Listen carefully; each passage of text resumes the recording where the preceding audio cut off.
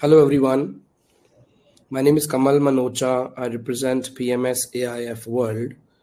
First of all, wishing you a very happy new year. May 2024 brings lots of success to all of you.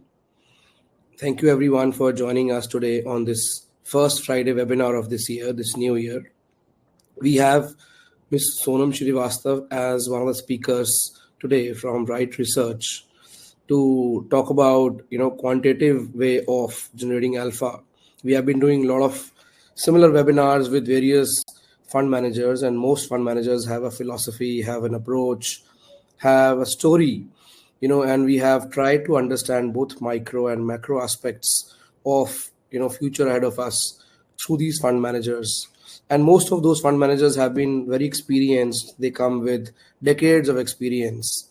But today we have a very young fund manager who has 1 decade of experience. But more than experience, she is supported by a lot of, I would say, logical reasoning and quantitative way of evaluating difficult situations, complex situations, ambiguous situations that the market kind of presents every day. And we have called us after assessing her success, after assessing her performance on small case platform. She has been running for last almost 3 years and she has been doing really well. Obviously, as of now, we have not even a single client who has invested in Wright Research PMS, because PMS has been recently launched. They have reached, I think 50 crores of assets. Though Sonam will correct, when she'll start. But this webinar is also about assessing how good, Sonam will be actually in managing money for PMS clients, which are HNI clients.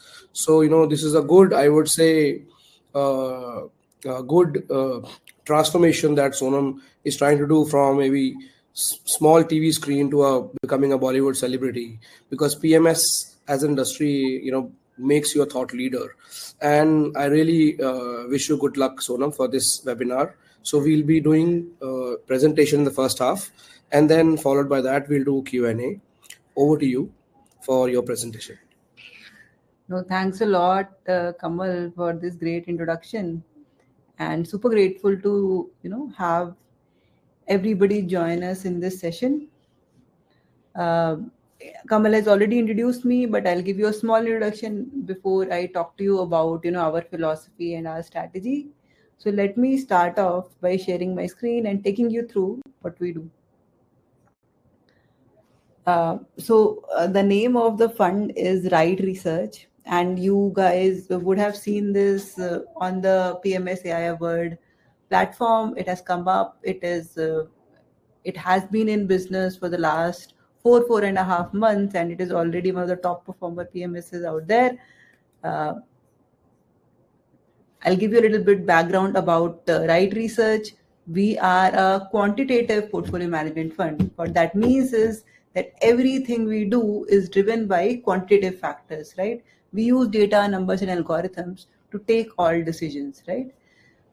We have, in fact, like Kamal said, I am a young entrepreneur. I sort of started this company 4.5 years ago and started this along with the small case platform, where we offered these strategies as advisory strategies on the small case platform, where we've done tremendously well, right? So on the advisory platforms, we manage close to 400 crores. We have 15,000 live active clients with us. And there's a lot of interest that people who are now coming into the market with a lookout for data-driven strategies, they have shown us a lot of love and fallen in love with our quant philosophy. And that is what I would like to talk to you guys about here as well. In terms of the PMS, it is 4 months old. We've got 60 crores in assets right now. We've outperformed the benchmarks by 16% during these 4 months. We have a flexi cap approach, which moves between small, mid, and large caps. It's a very tactical approach that I'll explain to you guys about. And I hope that you guys will also very appreciate what we do and, fall in love with our quant philosophy as well. People think of quant and they think that this is something, which will be something that we won't understand, which is something, where machines are taking decisions and we will not be able to understand what's happening. But the approach Wright Research has is fairly transparent, and what you will end up seeing is that our explanation of the market is in fact much more transparent than the stories that a fund manager can come and tell you. So I'll stop at that and take you through what we are doing. But before we go there, I'll talk to you a little bit about why quant, right? You guys already have so many different strategies that you might be looking at, but why should you look at quant? See, quant, which works with numbers, is extremely well suited for a dynamic country like India. Uh, Somebody who buys and holds stocks uh, is not perfectly suited for a country like India where trends change very frequently. We are not a very developed market where things are extremely efficient. Things are fairly dynamic in India, which is where a quantitative strategy, which is tactical in nature, can be a huge benefit. What's also extremely beneficial about the strategy that we offer is that it is not, when people think of quant, they think, it's going to trade too much, which is in fact not the case. There is a lot of focus that we put on reducing the turnover and making sure that with the turnover limits, we are generating higher alpha. Right research also uses a little bit of AI in finding complex patterns. See, let's be honest about it, market is driven by thousands of factors. It's not just one factor that drives the market, and everything has a complex interaction, right? Which is where using advanced models helps. And quant funds, we've all heard of stories of Jim Simons and Bridgewater Associates and people like that have done really well across the world. But in India, they don't have that strong of a presence, and this is where I think Indian market, with the growth that it is showing, is at the right place where quant should get its fair share, and that is where Right Research is coming in and bringing out our strategies. In terms of performance, quant funds can do well for you not only at good times but also have very strong risk management that help in tougher times as well, right? Now taking you through the philosophies that follow. So our core philosophies are factor investing. Factor investing, what it means is it's very simple. That when you're trying to understand any phenomena, you want to understand what is driving that phenomena. So factor investing is a method through which we try to identify what are the different factors that influence market or that can give a higher performance in the market, right? So if you were to think about it, you would say the valuation of a stock or growth of a stock or the trend that it has picked up are strong factors. Um, Talking about trend or momentum investing is one of the best performing factors in India. It is a big focus by Wright Research. Like I said, we use AI technology to sort of find complex patterns in the market, and for us there is a huge focus on risk management as well, right? We don't just want to do well in good times, but we plan very aggressively for the riskier times as well. Our strategy is tactical. So I will not tell you that I love this stock and we're never going to sell it. We follow a tactical approach where we shift allocation based on the changing market conditions. Also, in some of our strategies, we use hedging techniques to protect and grow even in the downside. Now, before we begin and talk about the quantitative philosophy, let's talk about the opportunity that is in front of us, right? India is at a very, very strong pace with the growth that the economy is seeing. All the projections across the world have been raised, and from the IMF to the RBI, everybody has raised the growth projections of India. It is the hot place of investment across the world. The market is expanding, and the policies that might continue in the next 5 years also are extremely supportive for the strong growth that the economy is seeing. And a quantitative philosophy can fit in right there and give you data-driven insights, adapt to the changing trends, as well as give you strong risk management, because risk, unfortunately, will always be part of the market. Talking about 2024, what we see in 2024 is a lot of good things. So I think when I talk one-to-one with clients, the first question they have is that, market is at a high, is this a time to invest or not? But we definitely see a lot of opportunities, right? The global interest rates are projected to come down, Every forecast is saying that there is a chance of rates being cut, which means inflow of liquidity and money into the market. The GDP growth is extremely strong in India. The growth in banking and finance that you might have seen through the credit growth that we are seeing is strong. The consumer sentiment has seen an uplift in India, which is very evident if you look at auto sales and real estate. This is a decade of technological innovation, and the focus on renewable energy will continue to be there in the next few years. There are a few risks as well. The geopolitical tension. There are a couple of wars going out in the world. There is election that is coming, which while people are well aware, are assured that the current policies might continue, there could be risk there. There are inflation related risk, and there could be sector specific risk as well, right, from the global supply chain, etc. Now, having covered that, let's now move over to our quantitative philosophy and what we can offer, right? So we offered 3 schemes on the PMS. All of these 3 schemes have done tremendously well, as you can see in the last 4 months. Our flagship Wright Factor Fund has given a 30% performance in 4 months, whereas the Alpha Fund, which has been one of the best performing funds in November, has given a 33% return during this time. Talking about how we create our portfolios and what exactly our philosophy is, right? So what a traditional portfolio manager would tell you is, see, that I'm building a portfolio. There is a component that is being driven by the market, but apart from the market, everything that is, all your returns are because of the alpha that I'm generating. What we are trying to tell you is that is not the fact. There is a huge component of any portfolio or stocks return which can be quantified using a number of these metrics. So the valuation of a stock, the growth of the stock, the quality of the stock, or the momentum of the stock, or let's say the size of the stock, these numbers will explain a majority of any stock's return. And anything over and above that cannot be explained by these well-known metrics is the only alpha. And that is how our approach is, that we try to break down any asset or portfolio into these numbers, and we explore the power of tactically allocating to these factors to drive performance in the market. And a data-driven approach has a lot of advantages, right? Number one, being data-driven, you remove the element of subjectivity. If I am an investor, I bought a stock, I might be biased. I would not want to sell it because, this is something that I found. Or as an investor, I see, okay, everybody is jumping on a stock, even though it's at a high, so I will also jump in, even though, that the stock might be overpriced, right? So data-driven investing removes that element of bias that human investors could have. It is able to process large amount of data very fast, right?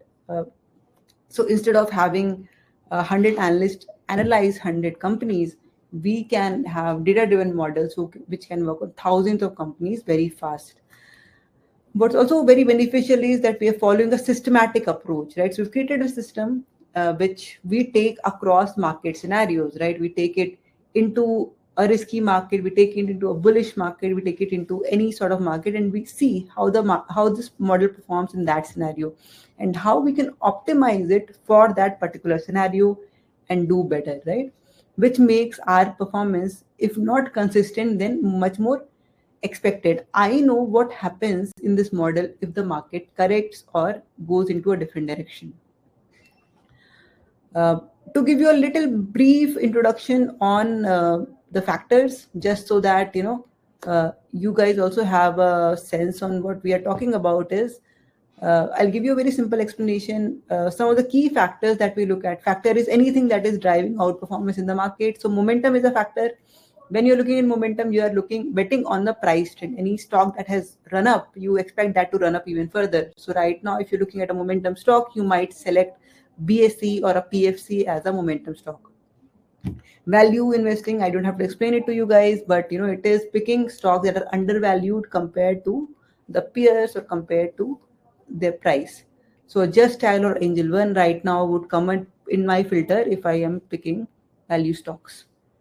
There is another very important factor that we use, which is earning momentum. What that means is that I am also looking at analyst expectations. So we buy some very high quality data that gives us insights on how these very smart analysts across India are rating a EPS expectation or revenue expectation of a particular company. And if we see that that they're raising expectations, then the stock runs up, right? So if you look at an example of Mama Earth, right, when it came, the prices started correcting, right, after the IPO. But the moment Jeffries raised the expectations, the prices ran up. So, and the insights that we get from analysts is extremely important. Fourth factor that I have here is quality, which is based on the profitability of a company, the stability of a company, and stocks like DMart or BPCL would come up in that screener. Then you can look at growth, which is how strong a company's growth is based on their profits or their revenue, and a Zomato or a MRPL will come up in that screener. If you're looking at lower volatility, you think that any stock that is stable will continue to do well. So you will see PNG, Housing Finance, or and Gillette come up in that screener. So we don't just look at these 6 factors. We in fact try to explore as many factors as we can.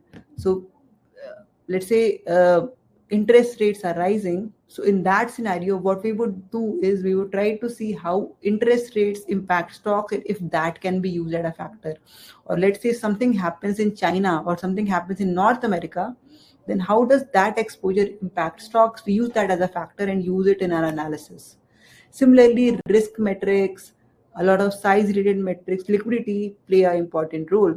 We even are exploring sentiment data, how sentiment on social media, sentiment on news media impacts the stock, can be a predictor of the stock growth, or how any events or ESG concerns impact the stock's performance. So all of these factors, we do a lot of research, right? So there is no one way to do momentum or no one way to do value investing, right? Every value investor you talk to has a different approach to value investing. So we explore different types of metrics to understand each of these factors and choose the one that we think is the best suited. Now, why do we do that? See, the answer is that if you look at the performance of all of these factors across the last 10 years, what you're seeing is that every factor, in fact, has done better than the market in the 10-year horizon, right? A value investor has done better than the market, and also a momentum investor has done better than the market. But what is very interesting is that all of these lines, they do not move together, right? When one factor is working, another might not work, right? So there is no one factor that will work all the time. There is no one solution of the market. You have to, a combination of factors shifting at the correct time is the better solution rather than betting on one factor. And that is exactly the philosophy that we follow. So the core belief that we have is that the market does not remain the same, right? The market does not move in one direction. The market goes through growth phases, but the market also goes through risky phases, right? There is a bullish regime and there is a bearish regime. Whenever there's a bullish regime, then betting on high momentum stocks that are overvalued, or small and mid caps will work really well for you. But when the market is going through a correction phase, that is not going to work for you. During those phases, betting on value stocks, betting on stocks that have better valuations, lower volatility, sometimes even moving away from equities, or moving away from small and mid caps to large caps is much more suitable. And that is what we do as the market shifts direction. So that is the core philosophy, shifting our behavior as the market changes its behavior. So in a blue zone or a bullish zone, I can take as much risk as I want.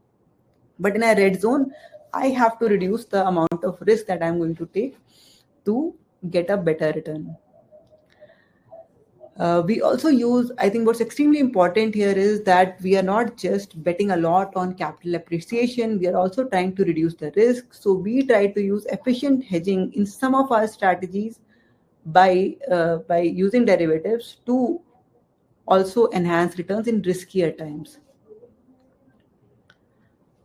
Now, let's talk about the details about the strategy. The strategy is a 20 to 30 stock strategy. You typically see 20 to 25 stocks here. It's dynamic, like I said. So the allocation to small, mid, and large cap changes across time. There is not more than 20% allocation given to any sector. So it's highly diversified. There is not more than 10% allocation given to any stock. So again, no risk on a single stock here. And while there's a lot of focus on getting you good returns and reducing the risk, there is also a lot of focus on saving on the cost. So reducing turnover, reducing the churn is also a big priority for this strategy.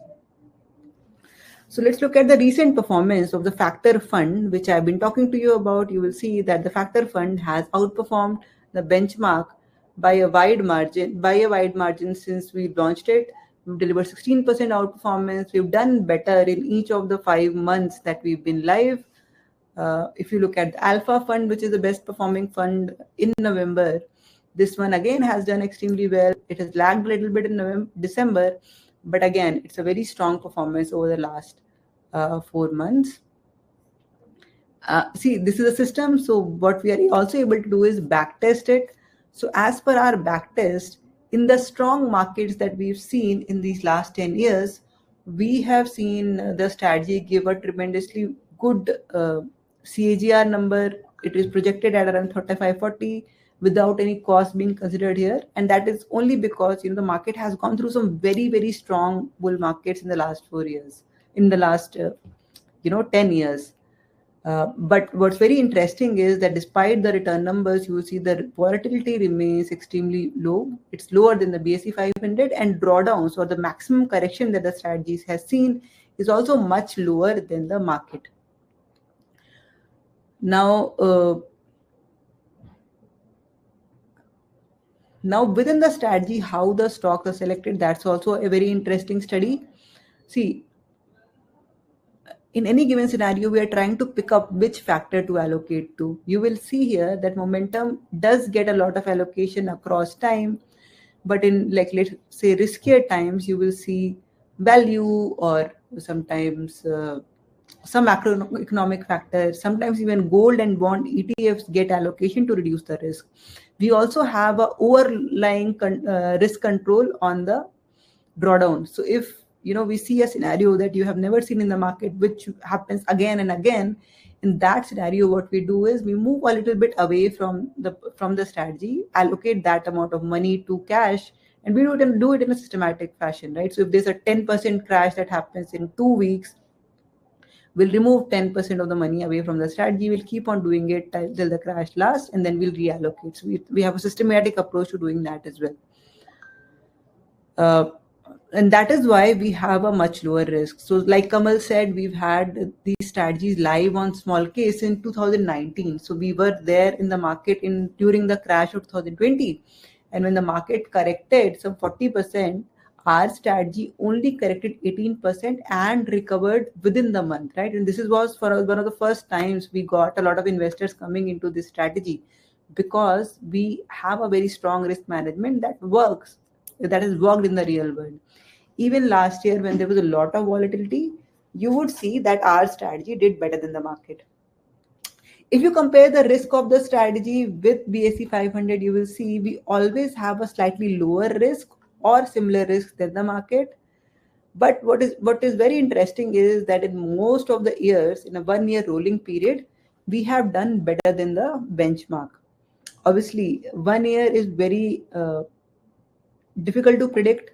You will see there would be a year like last year, 2023 or 2021, when the returns will be very sharp, right? It's a bull market. But then there will be a year when the returns get muted, they're not that high, and it is the nature of the market.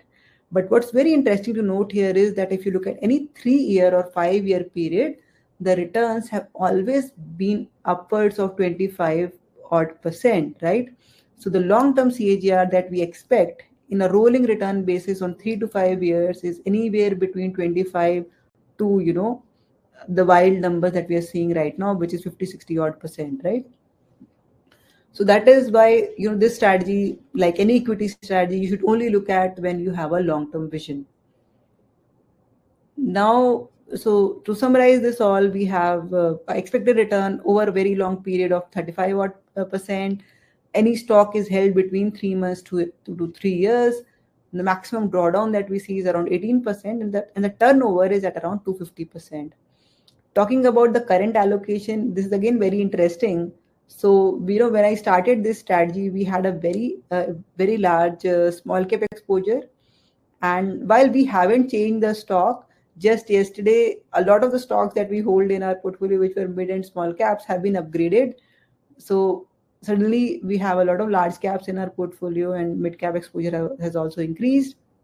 It's very diversified across the board. So you will see from financial lending to banking to refineries to pharmaceutical. It's a mix, a very diverse mix of assets that we have here, which reduces the risk in the strategy as well. And I think that's pretty much it. While we have a very small, exposure in the PMS market, only close to 5 months, but on the small case structures, we have in fact had strategies that have given close to 50% CAGR over 4 years. And that is what we are trying to replicate on the PMS as well. We have digital onboarding in place and some very exciting fee structures, where there is a flat fee, or you can choose no flat fee and only variable fee, either with a fixed hurdle or variable fee with BSE 500 as a hurdle. And that's pretty much it from my side. Kamal, let's move over to the Q&A. Would love to hear what people are thinking.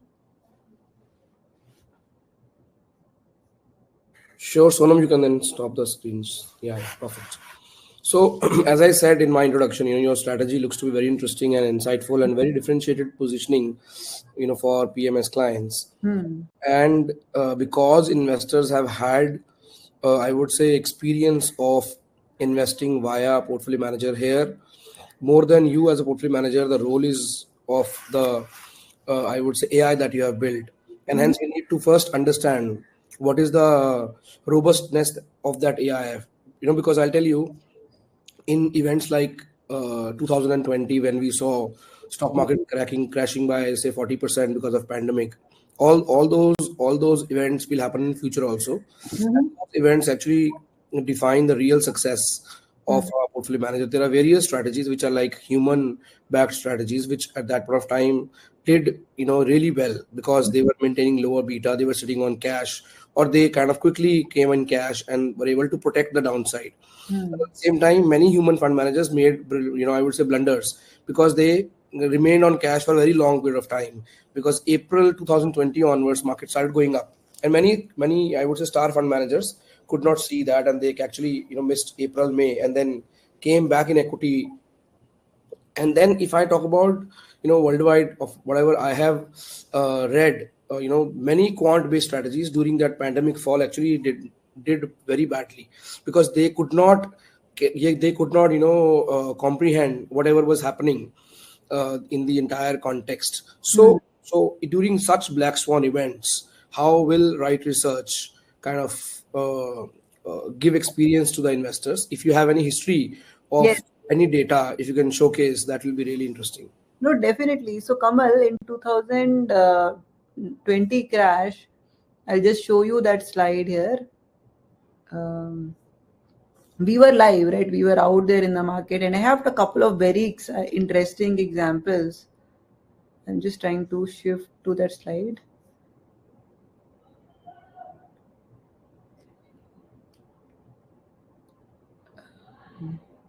So in 2020, when the crash happened, right?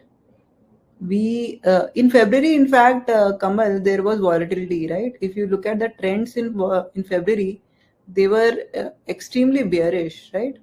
So we in 2020, see around this time in February, our strategies or the regime model that I say, which predicts, right? This is not just saying it's a bullish or bearish regime. We are trying to predict what will happen in the next month, right? So in February itself, our strategies obviously could not predict COVID, but they were saying that the risk is going to be high in the next month, right? So what happened was that we were almost 20% deallocated. We were in gold and bond in that time, 20% in gold and bond. And when the crash happened, when March 23 happened, we again deallocated another 10%. In the next week, we again deallocated 10%, and that's why our correction was not, our drawdown was not that high. We had 18% correction, and by the end of March, we were almost by the end, around April, we had recovered from that whole drawdown, right? And that was, in fact, the first time I got clients. So we have handled. I think we have very robust systems which work on looking at macroeconomic data, looking at VIX metrics and the weaker in the market and the technical signals, and they try to forecast the risk in the market, and that has been extremely helpful. So I'll tell you another instance here, Kamal. So if you look at this, right, in October of 2021, we were the first people who said that we are deallocating and reducing the risk. Everybody thought, it's a bull market, it's going to continue forever. We were one of the first people who deallocated here, and I was getting messages, how can you deallocate it? Why are you doing this? But this, in fact, ended up being a very good call, right? Because we saw a volatility that lasted for almost a year, right? So we've seen a couple of instances where our risk management has been quite robust, and we sort of really believe in these signals, and that's what we follow along, right? Sure. So continuing this discussion, what is this AI conveying at these levels? So it's all bullish right now, Kamal. Yeah. But yes, we have, like I said, if you look at our allocation, we were highly allocated to small and mid caps 4 months ago, but right now the large cap exposure has increased, right? So what is the change? If you could tell in numbers, in what percentage? Yeah, so we had when we started, we had close to 60% small cap exposure. Now we haven't traded too much. Obviously, we've reduced the small cap exposure by, let's say, 20 odd percent. But then you would see that SEBI has sort of recategorized a lot of stocks from mid to small, small to mid, and mid to large. So a lot of the stocks in our portfolio have automatically been upgraded to large and mid caps, right? So now we have a lot of large and mid caps. And what are the cash levels in the portfolio currently? So we don't have any cash. We have a 5% allocation to gold in the portfolio. You also mentioned, in the beginning of your presentation that in country like India, AI strategy is very important because we are a developing country and, things change very fast. AI will be able to adapt to that change. Right. Sounds to be very logical, but if I try and play devil's advocate, I would say a human fund manager will be able to actually identify a future multi-bagger business based on his understanding of a founder's traits, and vision of a founder, industry. Yeah. Because obviously, if one has to identify tomorrow's Bajaj Finance, which has grown at maybe 45% CAGR over last 10, 12, 13 years, maybe AI will predict it based on one trend, and then it will exit it. But it may not hold it for long term. To hold it for long term, it is a human fund manager, who will be able to do that. No, definitely. In Indian context, Yeah. in Indian context, because we are a developing economy, there are a lot of opportunities to identify future multi-baggers based on such human intelligence, which AI may miss. This is my personal question, because I also am also an investor, and I put myself in investors' shoes, and we really want to identify some of those good strategies which really can be held for long term. I asked the last question to understand how the strategy will perform during maybe difficult times, but now in longer term, how your strategy can continue to identify some of these multi-baggers. Right. So I'll give you stats on our small cases here, Kamal. So one of our small cases that has given a 50% odd CAGR, it has had 15 multi-baggers in 4 years, and it has held. It's not like it's been in a few months. It has held around 15 odd stocks for more than 2-3 years, 2 years also, right? So out of 130, around 30 stocks have been held for more than a year. So it's not like we are doing swing trading, not at all, right? There are factors like value and quality also, which will hold a stock for longer term as well, right? But yes, we are not just holding stocks for long term. I agree that there is a lot of benefit of understanding a business and betting on the founder and their vision. But sometimes overbearing longer term trends, let's say whatever happens in the US and how the interest rate change, can impact a whole business direction, and that is where you have to be tactical. So let's say you identified a great stock in the chemical industry over the last couple of years. It would not have worked even though it had a very, very strong team, because the global supply chain was not working in favor of that industry, right? So we therefore we remove that bias, that okay, I have selected this stock, but if the broader trend is saying that we need to exit the sector, then we do exit that sector, right? You have been basing, your overall, I would say, success to you eliminating the bias in every context. Now I want to really understand and deep dive. How does this work? How do you eliminate the bias in the current context? Everybody's talking about, in India growth story, Yes. and there is a bias. Yes. And you're also getting swayed by that bias, whereby you're saying that your AI is saying trend is bullish. So in the overall context, and then within that sector wise also, there are certain biases. Like, today market is value focused. Market is actually giving a lot of, I would say, favor to sectors like real estate, sectors like infrastructure, PSUs, because these are value conscious sectors. And other sectors like private banks, IT, consumer, pharma, they are like laggards. Markets have their own, way to kind of have some favors. Right. So in your AI, if you're also following the trend, then I would say you also have a bias. How are you eliminating the bias? So I am saying that, see, obviously we have to follow the trend, otherwise we can't make that profit, right? The profit is coming by following along with the trend. But the bias I'm talking about, Kamal, here is that, see, we have a philosophy, a system. I say, you have, this is your universe, these are the stocks, this is the number that you have to look at. You rank the stocks, or you give the rating to the stock based on this number, and then you optimize your portfolio to increase your diversification, reduce your risk, reduce your turnover, and you throw out a basket, right? Now, when the basket has come, it has come from a very, very objective fashion. If I had chosen that stock, I would have said, oh, I love that stock. When I had picked it up, I will not sell it. We are removing that type of a bias, right? Or let's say the model is saying, this stock you love, which is right now growing at a very good pace, this is the time to exit it. Like we have held ITC for a very long time, and we exited it like a month or so, a couple of months back. If I were to take that decision, I would be like, I've held that stock for such a long time, buy, exited, but the model does not have that bias. If it sees there's a time to shift, it shifts, right? And which is what I think adds that benefit, right? It's removing our human nature to hold on to these investor biases that we have. But yes, we do follow along with the growth story and the changing sectoral trends. Definitely, if we are not betting on that, see, in the market, AI or human or anything will make money only if they understand the inefficiencies in the market that can give you performance, right? If the market was extremely efficient, then nothing will work, right? So we have to find that inefficiency and sort of bet on, find a way to invest into that.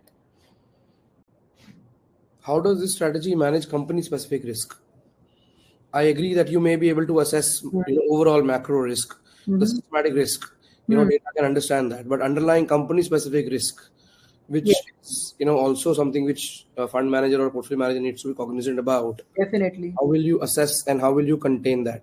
Right. So company specific risk, one thing here, Kamal, is that I am constrained to only invest into stocks that have data, right?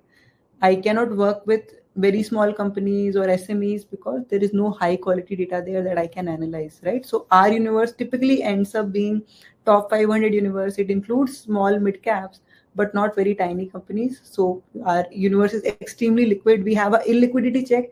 Any stock which does not have buyers or sellers or liquidity, we don't include that. We also have, you can quantify default probability. You can quantify a lot of other metrics that will filter out low quality stocks. We do that. And then, Kamal, we do have a 1% human element before any stock goes out into the market. See, it's real money.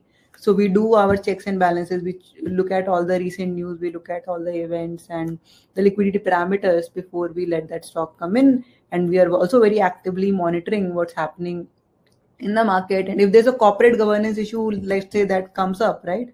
If there is a fraud that comes up, we have to override the system because it's a corporate governance issue, and we sort of we are also very actively managing the portfolio in that sense. Why have you, evolved from advisory model to a PMS? What has led to that? Yes, so I think that's a very interesting question. See, with advisory, from advisory to PMS, the change that I see, Kamal, is that here we see real money and we are doing the end-to-end management of that capital. In an advisory model, we give an advice. We don't know what happened if the people invested. Whereas, now what we have realized is that a lot of people do invest and follow along, exactly what we say. But with advisory, we did not. But with PMS, we have a much more clearer vision. With advisory also, Kamal, what happens is we follow a structure where the advice has to go to, let's say, 1,000 people, right? And it has to go on a timetable, right? First of the month or the first of the week, the advice is going to go out. Whereas with PMS, I can act when I see the opportunity, both in terms of a good return coming out of shifting the stock, or there's a high risk and I need to act on it. I can do that much more actively instead of waiting for the schedule like we do on the advice. So there's a lot of benefits. And to tell you a little bit about myself, I come from a lot of execution background. I've worked on trading algorithms for a while. So I also love working on optimizing the execution and how we can get the best price for the money that we are investing. So that is another interesting thing that I get to do here in the PMS structure, right? So you rightly mentioned, in your advisory, you have reached to 450 crores of assets under advisory through, I think, 5,000 clients. 15,000. 15,000 clients. Okay. So per client ticket size is quite small. Mm-hmm. Here, obviously, as your AUMs will grow because you will be doing end-to-end management, there will be an element of impact cost as well. Yes. Because more or less the returns that you are publishing for advisory were more based on your prescription. People are following that, and while executing, if there are any impact costs or not, that was not being taken care of. Now is the real test, whereby when you kind of buy a stock yourself, the price will go up, or when you sell a stock, the price may come down, and then obviously you have to be cognizant of that element also. And hence, maybe beyond a point, as of now, that impact cost element will be lower because AUM is 60 crores. But as AUM will grow from 60 to 200 to 3, 4, 500 crores, there will be a lot of these constraints also, which will prohibit you to maybe enter into a stock or take a call of exiting a stock, which was not, practically a problem when you were just giving a prescription-based advisory. Yes. So how will you manage that? And won't that kind of create a lot of problem in whatever, I would say, branding that you've created for yourself, having, being a star of a small case platform? Yes, no, I think, illiquidity concerns, they are the real thing that you have to deal with, right? And we've already, with 60 crores, I've never traded any stock in the PMS without using an algo. So I've always sliced it, used some sort of execution algorithm to trade stocks, even with this small amount of AUM. So we always try to reduce the impact cost that our trades have, even at this small size. And then the illiquidity concerns, or concerns on the exposure to one particular stock or being able to enter or exit will definitely come into the future. And we are already working on those models. So that is one of the things where we spend a lot of time when we research these models, is on the transaction cost optimization, is on the illiquidity and the turnover optimization, right? And how to make sure that when we hit that number, we are able to do that in a good fashion, right? So I think that is a big priority, and you've rightly pointed out, is something that we have to take very seriously, and we are already working towards it. Do you also follow any hedging technique to kind of avoid any black swan event, because markets are uncertain, anything can go wrong overnight? As you said that you're just maintaining 5% in gold and 95% is in equities. But besides that, at any point of time when valuations are all the more expensive, will there be any such, I would say, provision for your PMS to have any kind of hedge to protect, from any unexpected event? Right. So yes. So so in the factor fund, we don't have hedging. We hedge using gold and bond and deallocation. There is one other version which is Wright factor fund hedge, which we have renamed to Wright momentum hedged because it is much more momentum focused. So there, what we do is we use derivatives or put options to hedge the strategy also. But that hedge, Kamal, is not deployed all the time. It is sort of dependent on the volatility levels that we are seeing in the market. And unfortunately, in the last 4 months, or fortunately, in the last 4 months, we haven't had an opportunity to hedge that portfolio. But we have that certain amount of cash allocated in the clearing account already for all our members, so that we can utilize it for the hedging whenever that opportunity comes. Sure. What is the, I would say, backing that you have with regards to your team Hmm. besides you, in Right Research Hmm. to handle, I would say, now larger piece because managing money for HNIs through Hmm. a product like a PMS is Hmm. not just a matter of giving them good returns by being good in research. It is also a matter of being very good in terms of articulation, communication, writing newsletters and Yes, connecting with them through quarterly calls. definitely. So obviously there has to be a good team, which should support you to kind of ultimately handle that experience in longer term. Have you planned in that regards, and what are your, I would say, Yes, yes, yes. I think that has been a learning process for me and my team. So, and we've always made an effort, right, with around 100 odd live clients and around 50 odd clients who are in the pipeline with us. We have we have tried to be in very good touch with people, right? We have been very interactive, and we have tried to solve the client feedback as is needed. We've set calls and address their concerns at the right time, and I hope people are very happy with our approach. So I have Siddharth in my team who people love talking to, and he's been extremely available in addressing all client queries.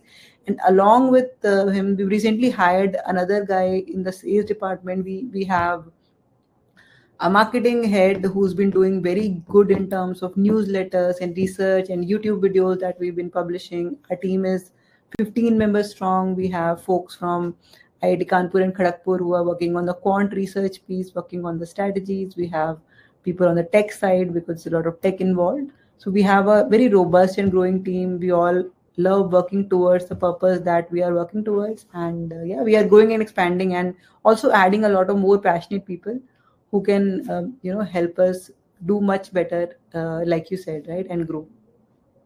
so you plan to continue, doing both sides of your services, one managing money end to end through PMS and also, advisory to the 15,000 subscribers, or you kind of have an intention of stopping one in between and then focusing on PMS, for example, in future? See, not till see right now, honestly, Kamal, for us, PMS is the smaller part of the business compared to what we do in advisory. So maybe in a couple of years, PMS takes over that business, and when it takes over that business by a huge margin, then it could be something for us to think about because it would make business sense, probably. But I think we have to grow a lot for us to be able to reach that decision, right? You have not thought about it? I don't think we are at a position to think about it right now, right? Sure, sure. No worries. Perfect. So, Right Research, when it started, is it 100% owned by you or it is backed by any investor besides you? Who are the other key stakeholders? Yes, yes. So when we started in 2020, right before the pandemic, BSc Institute had given us a small amount of funding. BSc Institute has a tech incubator fund, which gave us a small amount of funding. And then last year, Orias Venture Partners, which is led by Rehan Khan, they have invested $1 million into a company, and that is through which we were able to get the PMS license, right? So that has been extremely helpful, and we're very grateful for them. We might raise more money because we do want to scale up our team and make it much more robust. So we have long-term plans in scaling up. Last week we did a webinar with a very well-known thought leader in the small cap space. Mhm. The fund manager has actually done really well over last 10 years, as well as last 5 years, as well as last 1 year, and in the small caps, in the small cap space. So that fund manager has given a very bold call that small caps are very expensive, and he stopped taking money. He feels this is not a time to add more to small caps, and because markets have actually gone beyond logical, I would say, levels. So I want to know from you, do you agree with this view, or you have a different perspective? See, some of the small caps have become expensive, but if you look at certain small caps in the infrastructure segment or power financing, etc., you would see that while the prices are running up, the earnings are also running up at a fast pace. They are showing numbers that we've never seen before. There is a segment of small cap that have become extremely expensive, and I truly believe that before the elections, it is much more ideal to shift towards slightly larger stocks, and that is what actually has happened to our strategies, right? We have shifted more towards large and mid caps compared to small caps, and small caps will have the run would continue, right? I think FIIs are pumping in money into the large caps, but after that money comes into large caps, it moves along, goes to small caps. So I think the opportunity will be there. I think small caps will have a great future, but definitely in the short term before the elections, we are playing. I think our systems are playing it safe by allocating towards slightly larger stocks. Over last, I would say 36 to 48 months of your managing money for public, either in advisory or under PMS, have there any unexpected events, or those events kind of leading to any learnings, and would you want to share any of those cases? No, definitely 4.5 years. We've seen so many events. 2020 was one event. I did not have a lot of clients back then, but I think how well we did with those clients led to the growth that we saw. Obviously, big crisis that everybody sort of saw was when the Adani shares were hit. We have a momentum investing strategy, and obviously those stocks had allocation. But fortunately for us, around a week or so before the crash happened, we had deallocated so that hit did not come strongly to us. And I think we've learned a lot about investor behavior. See, we've come from the retail background, Kamal, and retail is much more finicky compared to institutional investors or HNIs who understand the market or investing for the long term. So we've seen the ups and downs of the market really fluctuate the business as well. And there's been a lot of learning. I think what we now try to do is stay true to our philosophy, talk not just about performance and sell that, but also talk about that there will be risk, and we are equipped to manage that risk. And I think that is the core that we have to continue with, and we really do believe in the philosophy that we are following and the power of quantitative investing. And that is what we're trying to sort of convince the clients to believe in as well. Sure. Out of those 15,000 subscribers that you have for your advisory service, what is the split? If I say what percentage are NRIs, what percentage are domestic investors, and are there any particular areas in India which have more concentration, Bangalore, Calcutta? Right. Because that will be interesting to understand, because 15,000 is a big number to have Yeah. some learning. Yeah. So I think there is a lot of people who are coming from metros, right? So the tier one cities have a higher concentration compared to tier two, tier three cities. We see and then Bangalore, Mumbai, Delhi, Gurgaon, Ahmedabad, right? All of these cities have large concentration. There's a lot of people from Gujarat who invest, right? But there are some very smaller towns, and and people from smaller towns who also do invest. Which are the top three? Top three, number one is Bangalore, then you have Mumbai, and I think then there is Delhi, Gurgaon region. Sure. What is your personal skin in the game in your PMS or your advisory with regards to, showing some kind of confidence to investors who are kind of wanting to invest with you? No, definitely. All my money is in the strategies that we offer.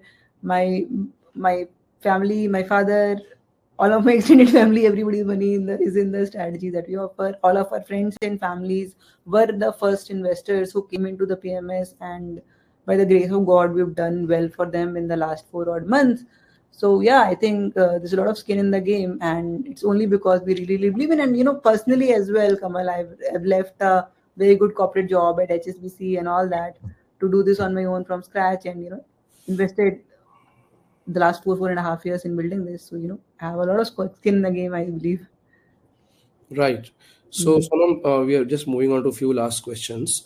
You Mm. mentioned about getting out of Adani before crash. Mm. So, exactly before crash, or how did this work? How could you understand before crash that such a big crash is coming? No, I mean, we did not anticipate the crash, but I think this was in January of 2023, right? But what happened was around December of 2023, those stocks were not the highest momentum, right? They were not giving very high returns. So the momentum filters. So we did not have a lot of Adani stocks at that point in time. We only have Adani Enterprises or something, I think, in one of our portfolios, and then that was exited because we were seeing lower returns that were coming from that stock, right? So that was the signal through which we exited, and yeah. And then lately, around election announcements, Hmm. were you able to again add Adani or you missed it? No, no, we totally we have stayed away a little bit because of corporate governance issue, but we recently added a few Adani stocks to our manufacturing portfolio. Yeah, so we have a little bit of exposure right now. Out of the three PMSs that you have, which is the one that you recommend to investors at these levels?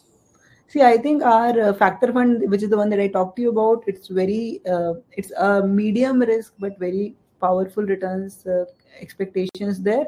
So that's a good allocation for somebody looking at a moderate risk strategy and investing with a flexi cap approach. But along with it, the alpha fund, might end up giving you some very insane returns because it's a very highly concentrated strategy. It has 10 stocks, high momentum. So, when the market runs up, you see some very very insane numbers coming out of that strategy, but obviously when the market corrects, it will be the one with the sharpest correction. Somebody looking at a moderate exposure can look at the factor fund. Somebody wants hedging could look at the momentum one which has hedging, and then somebody looking at extremely high risk and high returns can go to the alpha fund. So, can you name few stocks out of those 10 stocks?